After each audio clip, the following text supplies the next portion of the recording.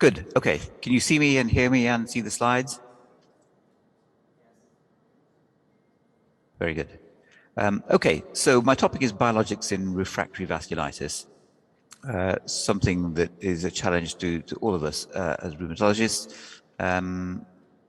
These are my disclosures as before, and you're all very familiar with this diagram from the Chapel Hill Consensus Conference, showing the spectrum of vascular involvement from large vessel through to medium vessel and small vessel vasculitis involvement.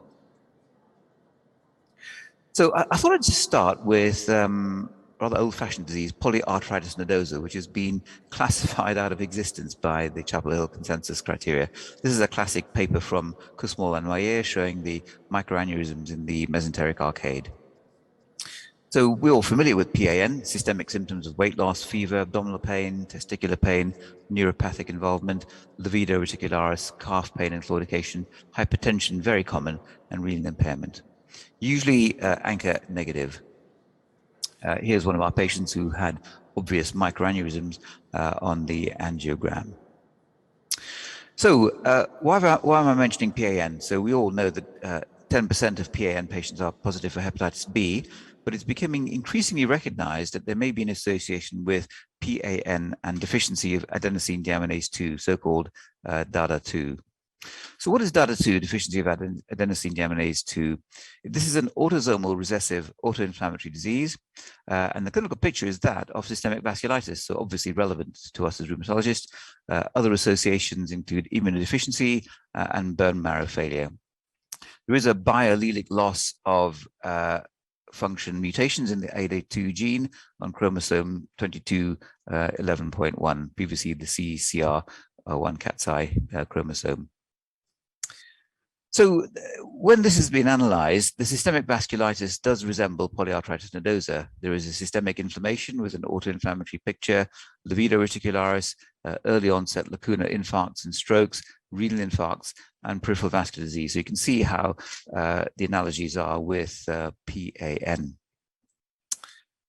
So how is this relevant? So the bottom line here is that DADA2 stimulates B cell class switching or reduces class switching, resulting in hypogammaglobulinemia.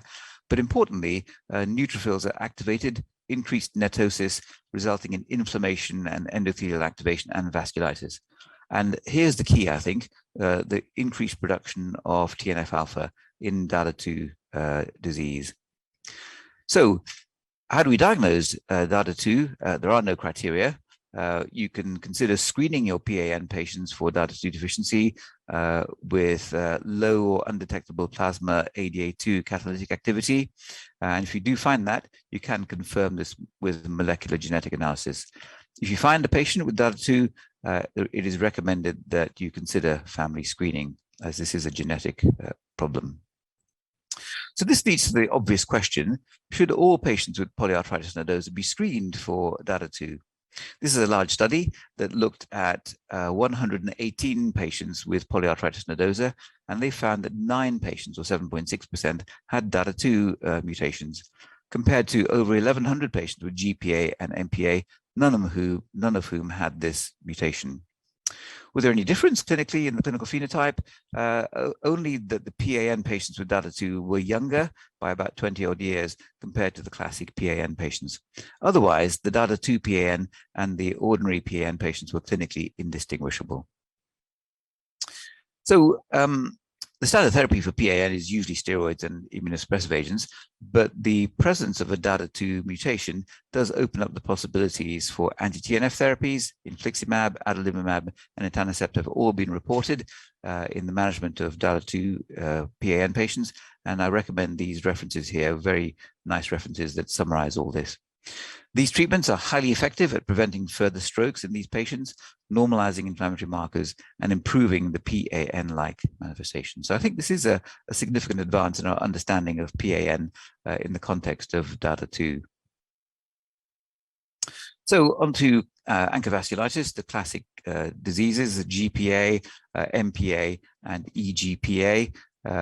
C-ANCA proteinase 3 in GPA and P-ANCA myeloperoxidase in microscopic polyangiitis. So there's been huge advances in the understanding the basic biology or pathobiology of ANCA-vascular disease, and this has led to the development of specific targets with therapies that we now have available. Rituximab, obinutuzumab, bortezomib to delete plasma cells, belimumab, now used in lupus, abatacept, I've mentioned already, avacopan, and vilobelimab. So what are the FDA-approved treatments for ANCA vasculitis? Rituximab, we all know about. Tocilizumab for GCI, I've mentioned already. Meepolizimab for Sjögren's EGPA, and apremilast for Behçet's, and recently avacopan for GPA and MPA. So this is a useful graph or diagram from one of the many, there's many guidelines out there. This is just one that illustrates this, I thought, quite nicely. Diagnosis of ANCA-associated vasculitis, assess the disease carefully with BVAS, and then you induce remission with glucocorticoids and cyclophosphamide, or glucocorticoid and methotrexate if there's no organ-threatening involvement. Consider rituximab, and Plex was on this diagram, but that's now been removed. So you aim for on-drug disease control or remission, and then you move on to the maintenance phase with azathioprine or methotrexate with a steroid taper, or you can continue rituximab at fixed dosing intervals. We tend to use 6 monthly infusions of rituximab for 2 years. The ideal, and this is very rare to achieve this, the ideal is to achieve an off-drug remission when you can come off treatment altogether. This is a classic cycle, especially with GPA, where you have active disease, you treat them, and then they relapse with minor, major relapses, and then you treat them again and you get into the remission. But the topic of this conversation is refractory disease. So what are the options for patients with refractory disease? So these are patients who have failed all your usual medications. So I'll touch on these options: severe disease, plasma exchange and extracorporeal membrane oxygenation, complement inhibition, single agent biologics, and combination or even sequential biologic use in patients with refractory ANCA vasculitis. So here's a patient in their 70s presented with classic GPA, severe diffuse alveolar hemorrhage. You can see complete consolidation of both lung fields, and he was intubated and ventilated, and it was exceedingly difficult to ventilate him. So he was transferred to our center because he was hypoxic despite maximal conventional ventilation. So we have a big ECMO unit at St. Thomas's Hospital, and ECMO, you're all aware, is useful in severe respiratory failure, ARDS, and it provides gas exchange outside the body. So there's 2 types of ECMO: veno-venous ECMO for pure respiratory failure, which is what our man had, or VA ECMO, which is essentially cardiopulmonary bypass. So this is now proving to be a useful bridging therapy for immunosuppression. There have been, I think, around 40 case reports now of ECMO in ANCA vasculitis, usually VV ECMO in ARDS refractory to mechanical ventilation. And what this does is this basically rests the lung. So the patient's not being ventilated. They have ECMO to provide oxygenation, but they're not being ventilated. And as a result of not being ventilated, there's a massive reduction in the risk of ventilator-induced lung injury. You can imagine that these patients with severe diffuse alveolar hemorrhage need very, very high ventilatory pressures, and that can result in pneumothoraces and lung injury. This is a good report, positive report, response or remission in all these patients, but beware of publication bias. People only publish their successes. So I think we're all familiar with the Pexavas trial. The question here was, does plasma exchange improve clinical outcomes in severe ANCA vasculitis? And the second arm of the study was, can lower corticosteroid doses be used? The answer is no and yes. So Plex does not improve clinical outcomes in terms of death or end-stage renal disease. This is a factorial 2x2 design. And you can see here that looking at this hard endpoint of death or end-stage renal disease, whether there was plasma exchange or no plasma exchange, there was no difference in this hard endpoint. Having said that, when they compared the standard dose high-dose corticosteroids versus the low-dose corticosteroids, which was about 60% of standard prednisolone therapy, there was no difference in outcome, but there were substantially lower infections in the low-dose prednisolone arm. So this is a firm confirmation that we can use smaller doses of steroids even in these potentially life-threatening diseases. This is just the graphs from that paper. You can see there's no difference in the outcome, primary outcome with plasma exchange or not. and indeed, according to glucocorticoid regimen, no difference in the outcome, but lower infection rate in the low-dose steroid use. So there's been a recent paper by Mike Walsh, also from that original group, from the Pexivas group, looking at a systematic review and meta-analysis of plasma exchange in ANCA vasculitis, 9 randomized controlled trials, over 1,000 patients. So quite a substantial patient cohort in this meta-analysis. And essentially, it confirms the large study. There was no effect on all-cause mortality, and there was no reduction. There was an improvement, sorry. There was an improvement in the risk of progression to end-stage kidney disease, which was positive. The hazard ratio was 0.62 here, which was significant. So a reduction in progression to end-stage kidney disease. However, the downside is that plasma exchange was associated with a substantial increase by 27% of infection risk at 12 months. So the headline of this meta-analysis is that plasma exchange has no effect on all-cause mortality. It does reduce the risk of end-stage kidney disease at 12 months, but there is a cost, and that's the increased risk of serious infection at 12 months. So what about complement inhibition? This is very novel, and a publication in the New England Journal of Medicine last year. So this is avacopan, a highly selective oral C5a receptor inhibitor. Large study, 331 patients with ANCA vasculitis. Oral avacopan, 30 milligrams twice a day, or prednisolone. And the standard of care background therapy was cyclophosphamide followed by azathioprine or Rituximab. This is the avacopan molecule. So this is the advocate trial of avacopan, and you can see that there was definite advantage in the avacopan arm compared to the steroid-only arm in terms of probability of freedom from relapse. A hazard ratio for relapse was reduced to 0.46, so a positive outcome. What they showed dramatically was that this was definitely superior to glucocorticoids for sustained remission, but in some patients it was possible to stop corticosteroids altogether. So this is a very promising study, offering the prospect of reducing or even possibly stopping glucocorticoid usage and minimizing the toxicity from the steroids. The study also showed improved recovery of renal function, and it was a generally well-tolerated medication.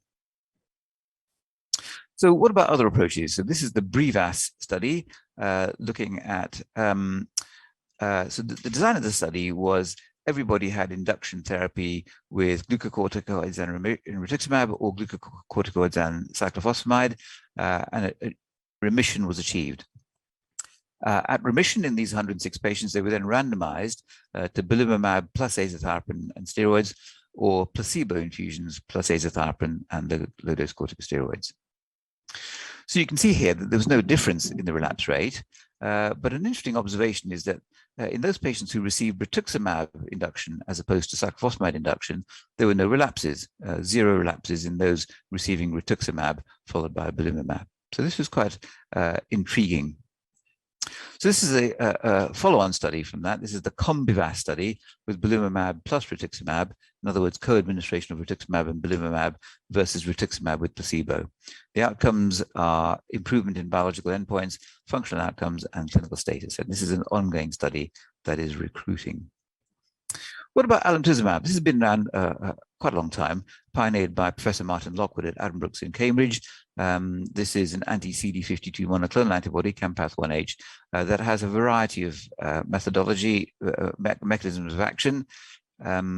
Just move this out of the way. So resulting in cell lysis via complement or direct ligation of the Fc gamma receptor or apoptosis. So this is an open label trial from the Addenbrooke group, 24 patients with refractory or relapsing vasculitis, high doses of alemtuzumab, 60 milligrams versus low dose, 30 milligrams at 0 and 6 months. The results at 6 months, 65% of patients achieved remission, which is quite a positive result, but there were relapses, 66% of patients relapsed, and a quarter of the patients had adverse events. Generally, however, alemtuzumab was well tolerated. Abatacept CD80, CD60, CD86, CD28 T cell co-stimulatory modulator. I've mentioned this already. So this is the Abrogate trial, a phase 3 trial of abatacept in GPA. Enrollment target is 66. This is abatacept 125 milligrams weekly versus placebo, and the primary outcome is reduction in treatment failure. This is an ongoing trial that is still recruiting. What about Meepolizimab in EGPA? So this is an anti-IL-5 monoclonal antibody. We know that IL-5 regulates eosinophil proliferation, maturation, and differentiation, and it has been documented that IL-5 levels are high in Churg-Strauss EGPA. So Meepolizimab, and now many others, Benralizumab and others, are approved for severe eosinophilic asthma. As you well know, this is a component of EGPA. So this is a double-blind randomized controlled phase 3 trial of Meepolizimab, 300 milligrams intravenously every month plus standard of care versus placebo every month plus standard of care in patients with EGPA. So you can see that there was a significant advantage in terms of participants achieving remission. So the red line is Meepolizimab patients achieving remission compared to those patients on placebo only, with a substantial odds ratio in favor of Meepolizimab that was highly statistically significant. In terms of participants with the relapse, Meepolizimab reduced the relapse rate in EGPA patients compared to placebo plus standard of care. So in conclusion, Meepolizimab was superior to placebo in achieving remission and achieving a lower relapse rate. There's no new safety signals. And again, Meepolizimab has now been FDA approved for EGPA, but it's still not widely available, I understand. It's certainly not available in Britain. It's not yet been NICE approved. And finally, Apremilast in Behçet's disease. This is a randomized control study of Apremilast versus placebo. Apremilast is an oral phosphodiesterase 4 inhibitor, and the outcome was area under the curve for oral ulceration. You can see that the mean number of oral ulcers was reduced substantially in the Behçet's patients on Apremilast. So in summary, it's quite a big study, but significant reduction in the area under the curve for the number of oral ulcers. There were adverse effects, diarrhea, nausea, and headaches. So systemic vasculitis, I've shown you some preliminary data and some substantial trial data for the conventional drugs. There are preliminary data on JAK inhibitors, particularly tofacitinib and upadacitinib, and very preliminary studies on ustekinumab. Just to highlight a study that we're doing at the moment, this is the use of hydroxychloroquine in ANCA vasculitis, the HAVEN trial. So as rheumatologists, we use hydroxychloroquine for virtually everything, lupus, rheumatoid, and other rheumatic diseases, but it's never been used in ANCA vasculitis, which is slightly surprising. So we have a grant from the MRC in the UK to look at a randomized control trial for patients with active GPA and MPA. So randomization, we want 76 patients randomizing to hydroxychloroquine, 400 milligrams a day plus standard of care versus placebo, 2 tablets versus standard of care. We have started recruitment. COVID put paid to our efforts last year, but we've recruited just under 10 patients. We need 76 patients, and we've got several centers open in the UK now. So I've mentioned these guidelines already. They're very big documents, well worth reading. On the management of ANCA vasculitis, PAN, and the GCA Takayasu's. So in summary, Mr. Chairman, there are major advances in the understanding and the treatment of vasculitis, and particularly in ANCA vasculitis, there have been a lot of trials, and there are new trials up and coming. Once again, my acknowledgements to all my colleagues at my hospital.